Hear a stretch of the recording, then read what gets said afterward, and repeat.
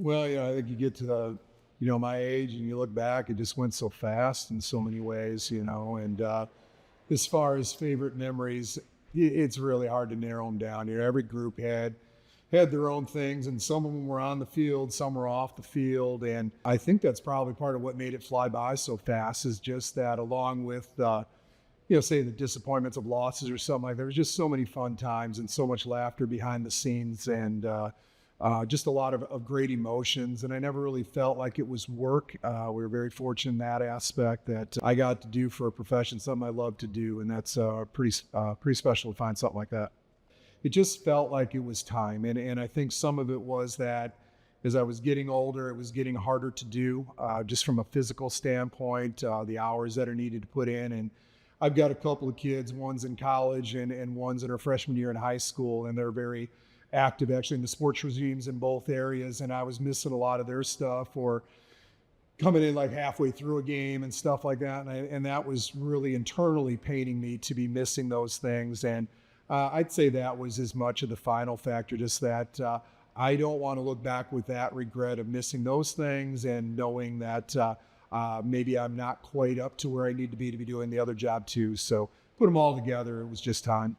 As far as big plans, I think the biggest thing that we're going to try to do, my wife and I, and then the family too, is just slow things down a little bit. Our life has been, at least for my kids, just kind of a rat race for the last umpteen years, at least in the fall, as far as we often, something as simple as we would go weeks without seeing each other for, say, dinner because of all the games and the movement and so on. So, that's as simple as it gets, just something along those lines. And then ultimately, would love to do some travel, something like this, go to a Big Ten game on a Friday or on a Saturday, excuse me. I haven't been able to do those because you're prepping for your own game and stuff. So there's a long list of bucket list things that we hope to get done.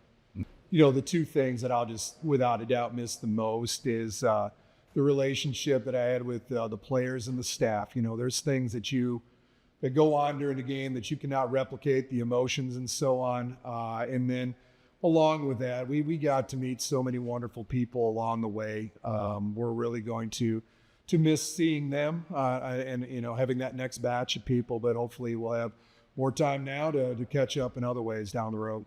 Well, I'm unbelievably flattered that this many people took time out of a Sunday to come on out and spend some time with us. It's just beyond humbling and flattering. And I think the thing that has been crossed my mind is when I see them, it just takes you back to when they were 17 or 18. There's guys in there now in mid-40s that first played for me, and it just takes me back to those moments when they were in their youth and whatever that memory happens to be. It takes me right back to that, and there's been just so many good memories. It brings a lot of smiles. I would say just in general for future players, future Cardinals, at least Stillman Valley wise, that you've got a heck of a legacy to uphold, and I hope you work your tail off to do that. And if you do that, then people are going to be very proud of you. But that it takes a lot of work, and the things that we were able to accomplish in there didn't just magically happen. And I hope whoever becomes the next coach and then the next staff is able to do that. The next group of kids has a lot of success, and it would do nothing make me happier to see more state trophies get in that trophy case. I'm not somebody that's ever going to be bitter or talk about her all the time or whatever. I certainly hope there'll be more trophies someday in that case. My most memorable moment was Coach Lalor we were at North Boone High School game. It was a game that was coming down to the wire. We were inside the 5-yard line, and my grandson, they were about ready to score. My grandson made a foolish penalty. He made a roughing penalty that wasn't much of a penalty at all. And Coach Lalor just yelled at the top of his lungs, "Caro, start bear crawling back to Stillman Valley." And, I'll never forget that and the impact that it had on my grandson. And he realized immediately what he could have cost his team that year. Coach knew how to motivate people. I mean, my grandson still says, I can still hear that voice in my head. It's the most fierce voice I ever heard. Well, I think it grows and it makes them grow and mature into men. Coach did more than coach football out there. He built men. He touched them in a very personal manner and, made them grow up. He held them accountable, but there was more going on than just coaching football.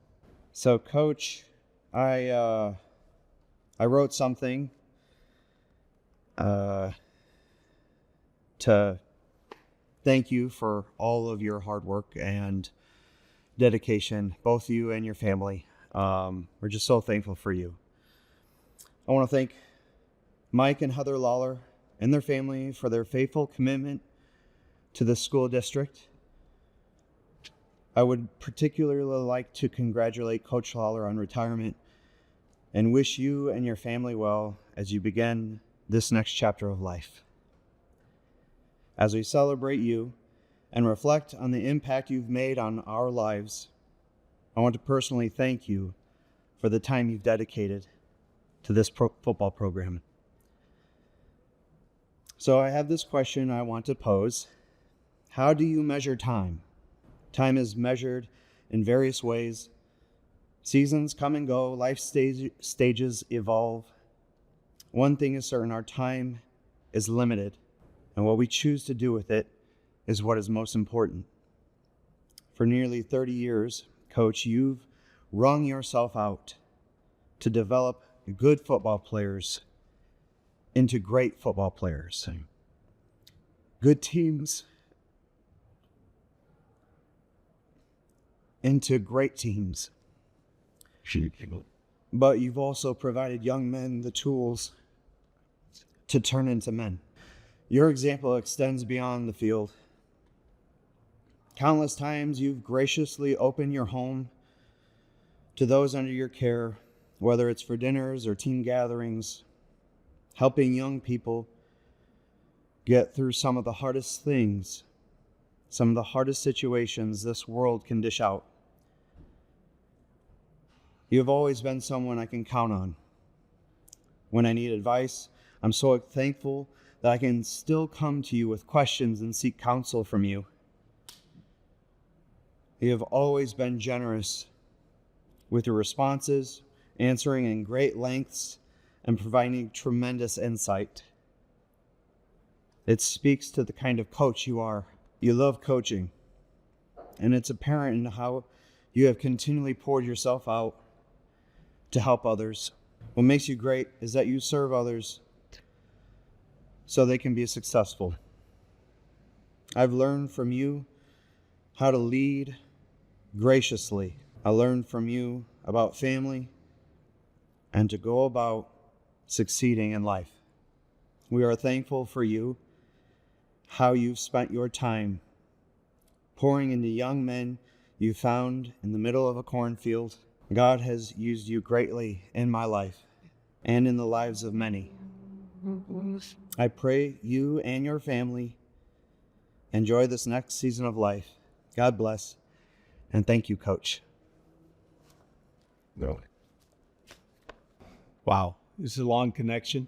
My dad came down to Stillman after retiring at Jefferson, and then he became the head coach, and then Mike was one of his assistants, and they really had a good vibe together and just really meshed, and things really turned out for the better. Mike learned a lot from my dad and then took it a lot further. He was a friend of the family. He would have dinner over at my parents' house, and he basically became a brother and a son to our family. I feel like my dad kind of carried two different people on the field.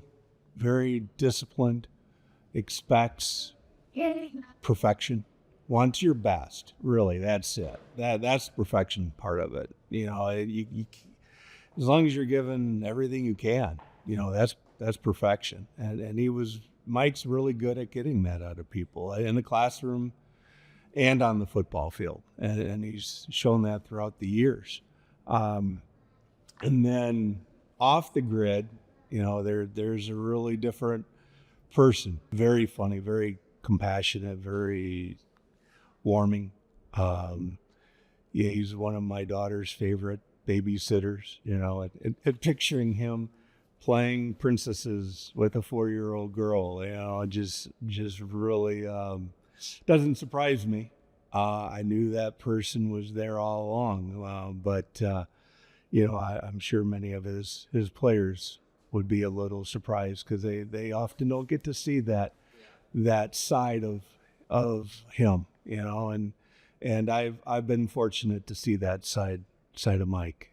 I think small towns are very fortunate to have this. I've coached in Joliet and in Rockford, and you don't get to have that. You make an impact with the students, but you're right. Mike's had the opportunity to make an influence on the community, and it's a shame. Things have changed. I don't think people realize the impact that he's made anymore, and that really breaks my heart. But as you can see by the very large room that is crowded right now, that a lot of people have realized what he's done to their lives and put them in a position to be where they are.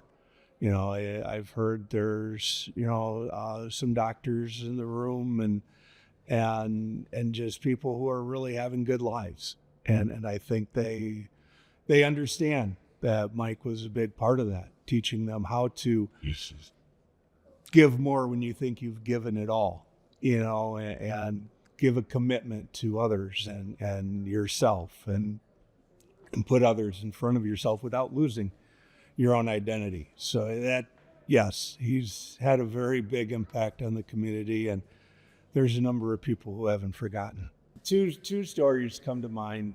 I had the opportunity to coach with Mike for 3 years, and after the first day of practices, we were talking about how kids will come in with a note from mom saying, please excuse Bobby, his leg is sore, So I came in with a note from my mom excusing me from throwing the football because my arm was sore from throwing it so much the other day, and the guys got a kick out of that. And then there was one day, a very hot day. Mike does not like sharing things. I mean, he will, but there's a hot day. He had a jug of water. My dad asked to drink out of that jug, and my dad put his lips right on the nozzle and drank from it. And you just see Mike say, well, so much for that, and he was done drinking water for the day out of his jug. You could just tell that my dad's boundaries and Mike's boundaries were very different. And but yeah, I really enjoyed coaching with him, and he's taught me a lot. I was blessed to be a member of his staff for 3 years, and even more so to be a friend of his family and consider him as family. There were a number of times, we would see something and send it down to Eric, and Swenson would be like, I ain't telling him. It's like, I already got yelled at once. It's like, oh, you got to tell him. He's like, no. What? And there was one time we were over at Byron, and Mike didn't want to leave. And we're shooting down, they got to delay the game for the sophomores, because the varsity hasn't left yet. And again, they're like, they thought we were kidding. They thought we were joking with it. It was like, no, they haven't left yet. Call a timeout, slow the game down. And so, yeah, those were good times. We were able to have fun, but yet still be professional and get the job done. This was back in 7, 8, 9.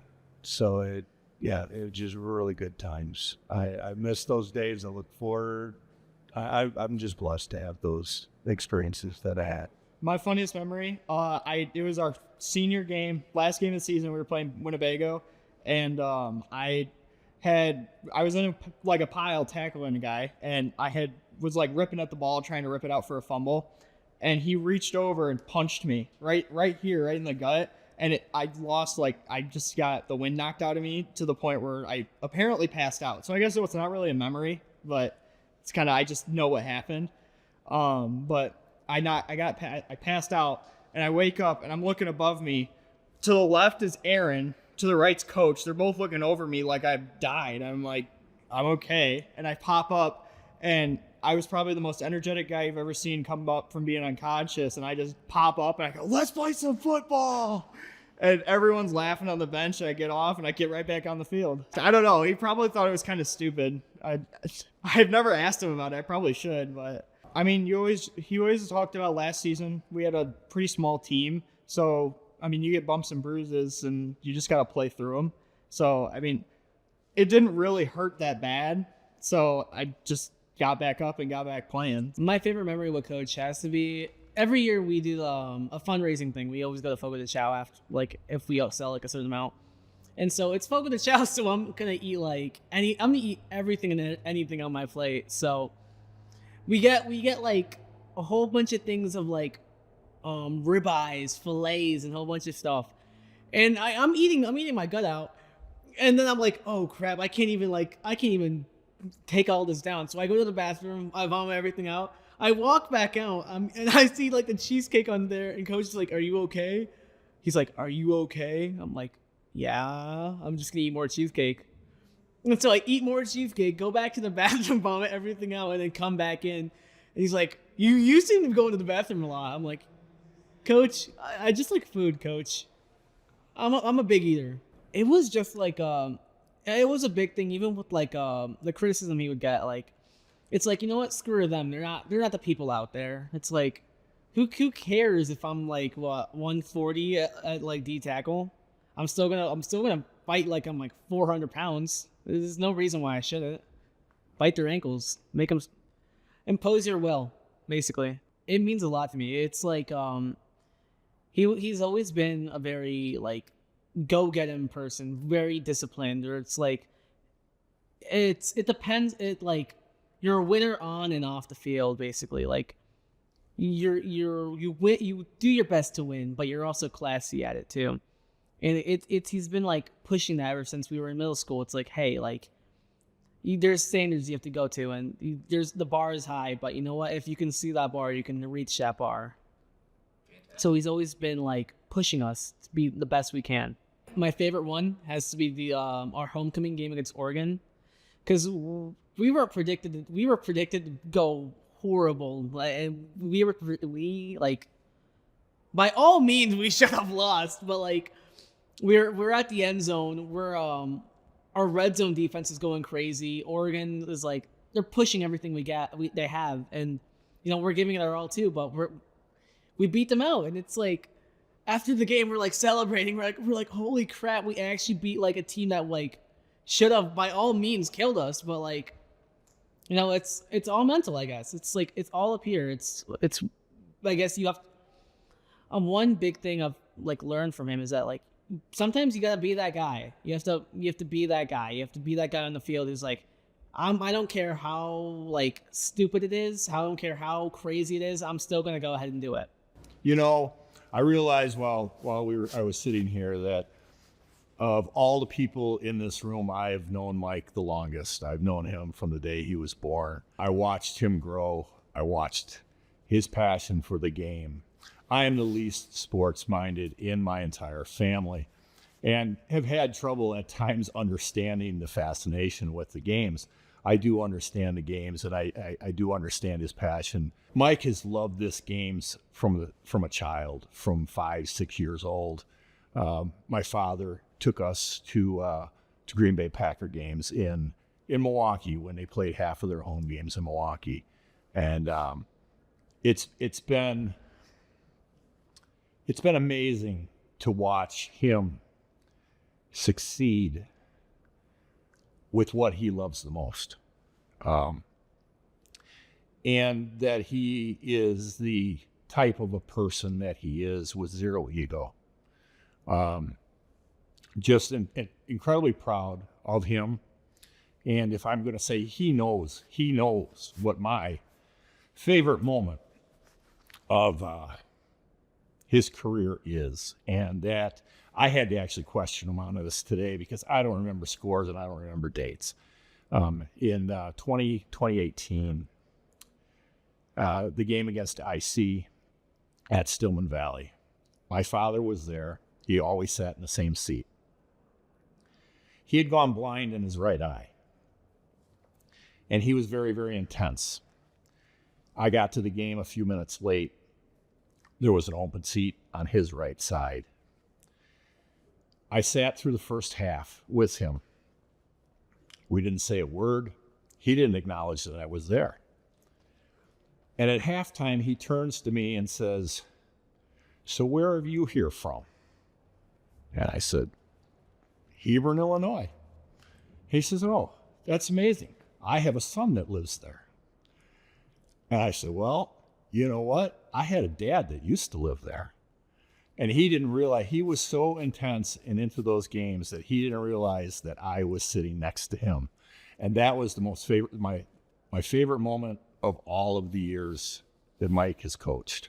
My father and my mother were his greatest fans. And to be there, through my father's final games of being able to see Mike, is the highlights of my life as well. So that would be, I guess, my ultimate moment. It's amazing. I think all three of us as brothers, we're close. We've always been close. We live kind of, separated from each other, but the sports has always brought it together. And it's just what Mike, as a child, 8, 9 years old, he sat and he drew football players. He made football players out of clay. He modeled football players. Everything about his life was football. And to see somebody to take that one thing that they really, truly felt so strongly about and take it right to the top. People would say, "Well, don't you have college aspirations to this and that?" And I don't really think that ever was his dream. His dream was to be with the young ones and to mold them and to lead them and to show them what hard work and what that could bring them further later in their lives. And it just makes me tremendously proud that he's had this effect on so many young men and women, not only as a coach, but as a teacher as well. So, yeah. After the state championship game, we were choir boys. We were very well behaved, and we went to bed very early. We got home early, and we were fine that way. And we ended up having a little get together later in the night. Yeah, there's so many moments like that. Quite honestly, there was a game against Tolono. It was a semifinal game or something, and it was a real tough, hard-fought battle. But I do remember specifically there was a couple goal line stands, and we held those, and then he was pretty pumped up about it, and that's when we really felt like we were gonna maybe have a shot to finish the thing off in a good way. So that's one that sticks out just thinking about it top of the head. Yeah, and you kind of hit the nail on the head without probably knowing it. You talk about not having the most athletic team. I think if you ask Coach who had the most horses, it wasn't going to be on our team. We just had a good group of guys, and we played collectively really, really well. And that game that we won that one in, I think that was just the epitome of that. And you look at coaching, we didn't have a penalty that whole game, no penalties or turnovers, and that comes down to being well prepared. And you think about no penalties or turnovers in the elements. It was a lot of snow and wind that day. We were just really, really well prepared and ready to go. And that was Lalor, Renfer, and Pulaski, and Lundeen, and McDevitt, and all of them, really. So that was really, really important in that game for sure. Yeah, he teaches you how to win, right? And he said it in his speech today. It's really easy to be a loser, and winning is hard. Everything that we kind of learned on those long hot doubles and long hours in the weight room, you kind of extrapolate that out in your professional life, whether it's as a parent or in work or whatever. And you just got to kind of grind through it, and you understand that, the satisfaction isn't always instant. It's going to take a long time. And, those are the life lessons that you carried from those days forward. Maybe you didn't understand it at the time, but as you get a little bit older and you get to step away from it and see it a little bit better, you can understand it a lot more. Yeah, I think I emailed you, Coach, right after you retired, and I thanked you for some long hot days and the doubles and the weight room and things like that. But ultimately, what you gave us, as a community was pride. When somebody asked you where you were from, you said Stillman Valley, and they ask you instantly, did you play football? That gives you a lot of pride, and those memories that you gave us, they're priceless. And today was, just a small memento of some of the stuff that we had going on there. It was really a lot of fun to see all the memories come up, and it came flooding back. So thanks for the memory. Thanks for the pride, and good luck in retirement. Hard work taught me work ethic. I think Coach himself, I remember shortly into my college run, he had, I ran into him. He kind of gave me a stern talk about getting my life straightened out and I was sort of leading down a wrong path a little bit, and he kind of got me squared away on the right path, and it's impacted me to where I'm at right now. We've got so many of them. Obviously, winning the state championships is a big one, but just all the events with the guys, and it was so cool to see them today, and it kind of just brought back memories. As Coach said when he talked, it was such an awesome. You see these guys, and you instantly start thinking of memories from when we were 16 and 17, 18 years old. So just so many of them, but just being around the guys, the dinners, the post game events that Coach probably didn't know about, like that type of stuff, was all just great. I just think he challenged us, and we knew that we had brothers around us that were there for one common goal. And if we weren't working, somebody else was gonna outwork us, and they would get the spotlight, and they would be on the field when we wanted to be on the field. And it was a friendly competition where we challenge each other, and it just made us better all around. He may know about it. I know we mentioned some of the extracurricular things. But we always had a pool, a friend's pool that stayed open all through the playoff run, and they would have the heater going, and we'd have post-game swim parties there. And we knew that when the horns would honk, that we know to go check the pine trees, because that's where the beverages were being dropped off. So still not sure who was dropping the beverages off over the years, but there was free beverages at these events, and somebody would just honk the horn, and that was the code to, hey, go check the pine trees, because we've dropped off a few drinks, we'll say. Coach, hey, congrats on your retirement. Very proud of you. Value our friendship, the mentorship, and just been a great 25 plus years that I've been around you. Imprinted how to be a tough individual. Dedication, the willpower, and try. There's always room for improvement and growth. When it's game time, it's serious. there wasn't really any horseplay or joking around. He wanted to get a job done, and he expected you to get the job done. I think I'd always be able to look at him and make him laugh. And I'm sure there's a lot of things he wanted to say to me that he couldn't really say to me. So he just smiled, laughed, smirked, and turned his head. And then he kind of got the point. It was pretty comical. You did a wonderful job with the people, players that believed in you and gave it their all. That wanted to win and wanted to impress and wanted to do better. Yeah, I think we all tried, we gave it our all and tried our hearts, put it all out there. Even when we were stacked up against the odds, we did what we could to try to win for our team and the coaches and everybody that come to watch us play. It was out there playing for the coach. We were playing for you. The crowd, the cheerleaders, that didn't have an effect on me. Me personally, when I was out there playing, I was just trying to go 100% the whole time, because fucking never took me out of the games. I was kind of tired, but just I'd always have chocolate hidden on the bench. I had to come eat some chocolate all the time because I was running out of energy. I had a Kit Kat or Snickers bar. I don't know if anybody knew that, but when I got a break, I hit the chocolate candy bar I had stashed on the bench. I think I put it in prospect. Everything I do is when he first come to town our freshman year. He was our freshman coach, and he imprinted the work ethic, and I had the same work ethic. And when I coached a little bit of junior tackle when my daughter played, and Coach's daughter played. She's younger than my daughter, so I remember coaching the kids flag football, telling them there's no pussies in the Hall of Fame. You're going to be tough. I'm going to make you tough, and you're going to win. Even though if these girls that my daughter was coaching and these guys, these boys, I will show you. I was trying to coach. I'll show you how to win. Even if they're bigger than you, if you do it the way Coach Lalor imprinted us, you might be smaller, but the technique and drive and the willpower, there's technique to get the upper hand on people. I was just happy to have him as a role model and him working out. He'd lift when we lift, and I always wanted to be stronger than coach. But me and my best friend Matt Fritz, we'd always work out and try to get stronger and stronger and stronger. And when we weighed 130 pounds or 150 pounds, and we had to work our ass off to get stronger because everybody else was bigger than us. But he said, if you put that effort in, you'll succeed. So I think, it's the biggest impression Coach Lalor had on us is this: you give me 100%, and we'll take you places.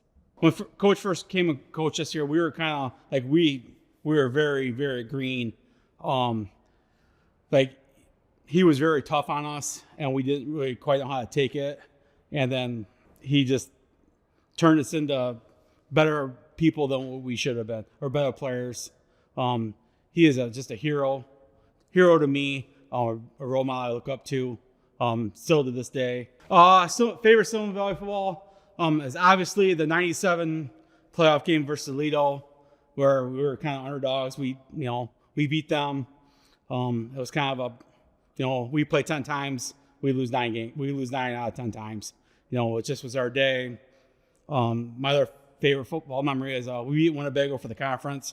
Like we hadn't beaten them our whole football career, and then when it counted, we beat them. So that was right there. So if you look at the track record of like the football players that we've had there, like we didn't really have like collegiate college athletes. Like there were I'd probably say maybe fewer than 10% went to go play at the next level. He was able to get the most of what we like our talent level. We exceeded our talent. We were able to play better than we should have played. Like if we would have had somebody else besides him, we would have been successful. We had guys on our team that didn't know between their left and their right hands. We were very, very, we played better than we should have, I guess. Go Bears! Is he a Bear fan? No, he loves Packers. Hell yeah. So, that's all right. Coach has been, I didn't have a good father figure in my life, so Coach has been the most important father figure in my life even till today. He's godfather of my kid for a reason. He taught me a lot growing up, how to be a better man, how to be a good father, how to just, work hard on anything, when he talks about, we don't let up, we go hard, give the fans what they want. He's instilled that in all of us to do that in life. So he's been the biggest influence in my life to date. I'm more successful today. 44 years old, and it's been road bumps probably all the way up to this. And there's been lowest of lows, and he's been there to help pull me out and remind me of what I'm capable of. And I'm a better father to both my kids because of him. I'm a better dad, I think, than I ever got because of him. He showed really what it means to be a man, to be a father. He's still helping me today. My freshman year in one of the first 2-a-day practices we had, coach got on me, said I wasn't getting out of my stance right. So he makes us do it again, puts his foot right into my ass, launches me. And I get in the car, I tell my mother, I said, hey, Coach kicked me in the rear. She goes, what'd you do to deserve it? Never told her a single thing again. That was my first memory of Coach in football. And I'll tell you what, he has brought so many memories, so many stories to me. I think for watching him as a coach, we had the old school coach. We didn't get the joke around coach. He was a straight arrow guy. Like he had a game plan. You better execute it. He did his homework to make sure that we were successful. Watching him then from a player to a coach and seeing what he did helped me achieve so many things in all my jobs. And he was an inspiration both on the field and off, especially as a player and a coach. Yeah, I can't say them all on camera. I'll say one. It was 1999, our week 2 against Rock Ridge. our kicker dislocated his thumb and went running off the field to the trainer, who then sent him to his mother, who went to the hospital. And we had to find Brad Winterland in the stands, who was a sophomore, to get dressed to kick a field goal for us to put us into overtime and to win that game. And Saturday game films were always the most intimidating, scariest, and the funniest things you'd ever see. And we waited for that play when the kid, Trent Brown, got his thumb dislocated on the play. And coach says after the game film, he stands up, he says, next time any of you get a boo-boo, he says, maybe come to one of us coaches before you go running off to mommy. Let's see if we can fix it. And we lost it. And I'm gonna piggyback on that. Fast forward to the first playoff game we had that year. Kid breaks his arm and it's facing the other way, and I'm standing next to coach on the sideline. And he ran to coach and said, "Hey, coach," he goes, my arm popped out. He goes, "Fix it." And I remember watching Coach Lalor. I'm standing next to him. Coach Lalor goes, "Oh, God, Jesus. Go see the trainer. Get out of here. Go see the trainer." And I just remember watching Coach Lalor looks at Coach Bloom. He says, "I think I'm going to throw up." And it was the funniest thing I ever saw. And I'm like, well, that's what he instilled on us. That's what he taught us. Pop it back in place. He never took us down the wrong path, so you never doubted him. Coach, you're a maker of men. You inspire me. You're one of my favorite people in the world, somebody I still talk to and get advice from. And thank you for making me a better person and a better father. You have no idea how many lives you've touched, especially mine. So anyway, I just want to say thank you, Coach Lalor, obviously for coaching my two boys. Their football memories are, fantastic. And Michael continuing to coach on is really special. But one thing that I haven't heard mentioned today that is a core memory of mine is how many times you sat on Wednesday night and had community film night. Like, my football IQ was decent because I've always been a football fan, but the knowledge that I gained just from hearing you talk X's and O's, on behalf of the whole town. And he would recap, each of the plays from the week before and kind of preview the week coming up and our opponent and all those kind of things. And who gives up an entire night in addition to all their week's responsibilities. So thank you, Coach, for all of that time that you put in, literally educating the entire community and making us all, again, feel like part of the program. So, and again, giving me the opportunity to do one senior project in 2009, which has turned into, I don't know how many seasons that are behind us now. But it's just been an honor to be able to capture a lot of those memories of such a Hall of Fame career. So thank you. Really strong unity. Our Coach Lalor really enforced brotherhood and just, being there for one another. Definitely had an impact on all of us. He shaped our lives and the men we became today. They always preached toughness and tenacity, TNT 102. We did it today here at the end. It's a final little kind of salute, but always, just give it your all, 100%, 110%. And just, determination and just imposing our will upon the other team and just sticking to basics and just giving them hell pretty much. We didn't do it in a bad way, of course, or nothing like that. Sorry, that's not what I meant by that. But who wanted it more? Who wanted to win? Who wanted to be the best? Who wanted to be there at the top of the pyramid? A fond memory is we had the Madden tournaments at their house, and that was always a lot of fun. We threw in also some farming simulator too, if you know what that is. But the tournaments were always really nice, and then the dinners here at the Cox host for us was really nice, and that really had a lot of bonding. I already said it to him, but I speak for I think all players he had. We really appreciate everything he's done for us, and made us into the men we are today. That's something can't be thankful enough for him. I wouldn't be the man I am today without him. Yeah, it's been a blessing for our whole community, for parents. We've just been very fortunate. Coach is a guy and a coach that pushes kids, and I, as a parent, love that. We need to be, if we don't push our kids, they're never going to excel. If you're happy here, you'll be there forever. Coach would always push to get the most out of kids, and I appreciate that, and I think everybody should, because our young kids need to be pushed right now. Our world's becoming soft, and I thank Coach for taking them and pushing them to that extra level. My favorite memory with Coach was after my kids got done playing, because I didn't want to be part of the helping him then, I went and helped him coach a little bit.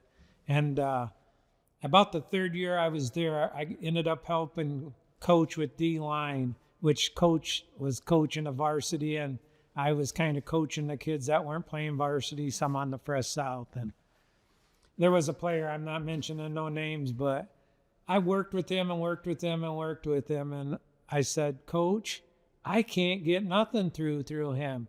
And he looks at me and goes, Jeff, I've been trying for 3 years, and you think in 3 weeks you're gonna? That was one of my funniest. I was like, okay, good point. I mean, if you couldn't do it, how am I? But, I mean, another great memory, and it was with my dad and coach, but now we've continued that on. When Heather was pregnant and they had to get to the hospital, they needed someone to plow their drive, and one of the neighbors called us, and we went up there with the snowplow and plowed their drive. And coach then called my dad and thanked him for plowing the drive. And my dad said to coach that day, if you ever win a state championship with one of my grandkids, I'll plow your drive for the rest of your life. So we're still plowing the drive because that year they won it. When at the welcoming home ceremony, coach said, Mr. Cox, you remember you promised me you plow my drive? You're on, because they just won it. So that was just just one of them things. And they became great friends besides coach. Like I said earlier, I think it was like the North Carolina coach. I have these things, he's like, we all want to blame this generation, right? This generation is weak. Every generation comes out of the womb just like the generation before.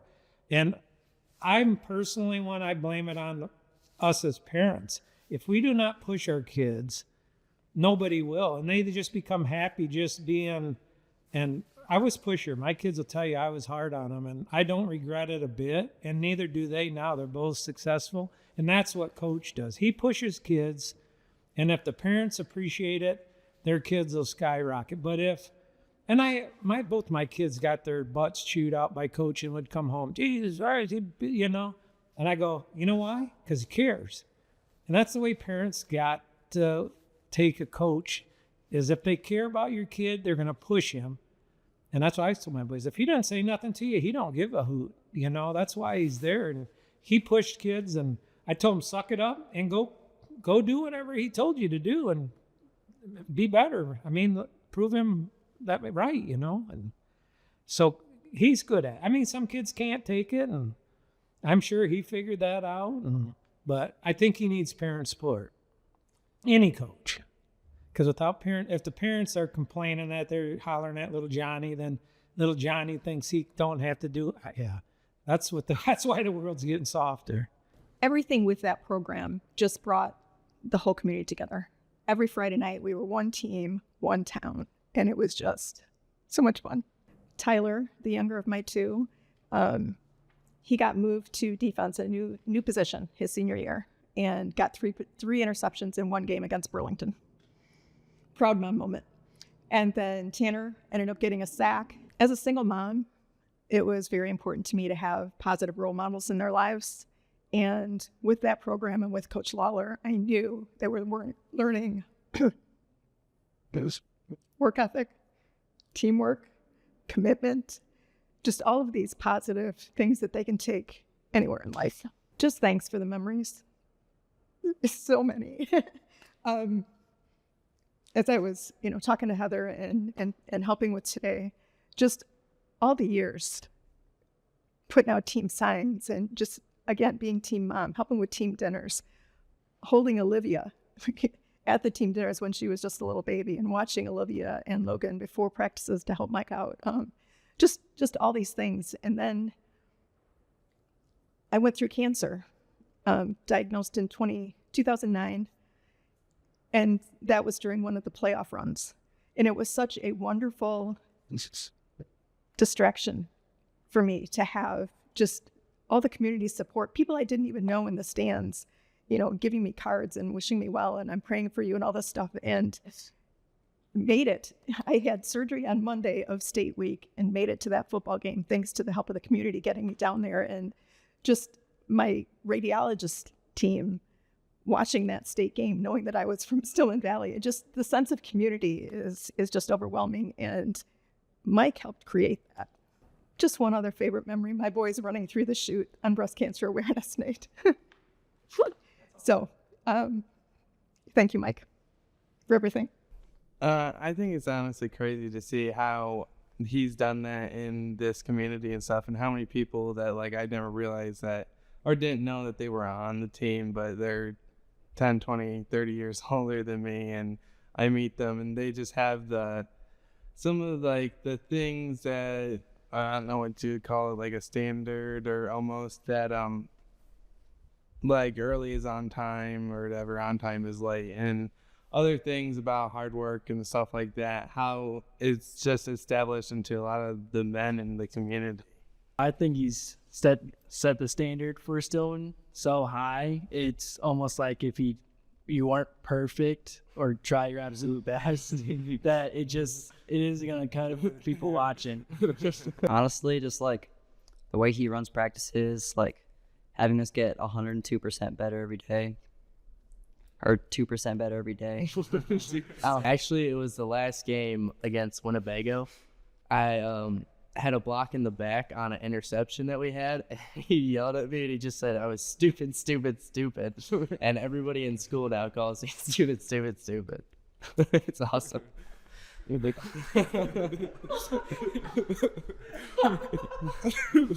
helps me so I like learn from the mistakes I made so I won't do them again, hopefully. And then just keep moving forward and pushing stronger. I'm not exactly sure, but one of the games, it was my junior year. We were playing, I forget who, but we were in playoffs. We wore black jerseys and white pants that game. And we were doing warm-up or walkthrough or whatever, and I realized that I forgot my jersey. I cannot find my jersey. I looked all over the locker room. Me and my friend looked everywhere. We went out, searched my truck, could not find it. We thought it was here at Cox's, like if it fell out when we were after team dinner or something, and we could not find it. But we didn't want to say anything to him, so there was a kid that was injured, so he wasn't dressing. So we convinced him to let me wear his jersey, and then we had it on my pads or whatever, and I was gonna wear it because we didn't want to bother him because I wasn't playing at all. I don't even think I was on like a third string. So we were like, oh, I'm not gonna bother him about me. And then right when he told us to go get dressed and walk down, we walk in the locker room, and all of a sudden my jersey's in the middle on the floor. And we were like, how could this be possible? So we were like, geez, freaking God must have put this thing in the locker room for us to find it, because there's no way. With the team dinners, it kind of makes you understand your teammates a lot more. I didn't know a lot of the teammates going into this year, and I learned a bunch of them off of just what they would say at team dinner, and we would all talk there. He said there was some groups that like didn't say a word during team dinners, but our group was always chatty, and he liked that about us. There's never been a sport where one of the coaches has made me not like it, and he's the only coach that's made me like the sport and continue to like it instead of not wanting me to play anymore. I guess congratulations. It's honestly insane what he's done, and I admire that so much. I think me and my friends, we used to like try to figure out his record and stuff in school, and then during lunch and stuff, and then we'd ask Logan questions, and then Logan he would never know the answer. He'd be like, I don't know, and then email his dad during class and then ask him. But yeah, it's crazy what he's done, how many people he's changed, and it was so much fun. The one thing my friends always thought that he liked me more than them or something, because I didn't get yelled at as much, or I never got as in much trouble, but like I wore jeans to practice, and he thought it was hilarious. But if someone else would have done it, he would have probably been a little upset. I've always his daughter's in our grade, so we've always been close. With Mr. Lalor, he's always talkative guy, and we'd always, whenever we were at the games, his wife would always say hi to us, and like it just brings like more energy. Like this might be really fun to go do. He seems like a good guy, and then you get to actually go there, and then you realize it's way more fun than what anybody has said. Like it's just a lot of fun. A lot more yelling. Just a lot more yelling, but it's so much more fun. Honestly, just like making the playbook easy to understand, taking a little bit at a time. Just making it easy. Honestly, he had us like work on it a lot at practice, like slow at a time. It was pretty simple to understand. So then you just like, once it's game time, it's just like in the back of your head, like you know it. Like it's the footwork. That's really like all that you need. He knows what he's doing. He's been doing this for years. He's won state championships, and I feel like he could just like help you with anything, whatever you need, because he learned from Coach Bloom and just kept the same playbook for years. So he knows, I got confidence from him that he knows what he's doing.